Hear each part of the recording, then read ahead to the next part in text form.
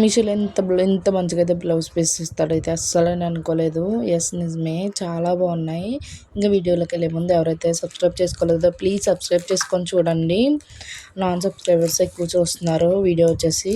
So please subscribe చేసుకోండి. నేను వచ్చేసి 2 బ్లౌజ్ పీసెస్ తీసుకున్నాను. చాలా బాగున్నాయి.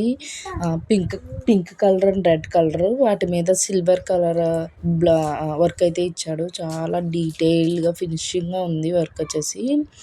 ఇది కొంచెం లైట్ బెనారస్ టైప్లో అయితే బ్లౌజ్ మెటీరియల్ అయితే వచ్చింది మనకి.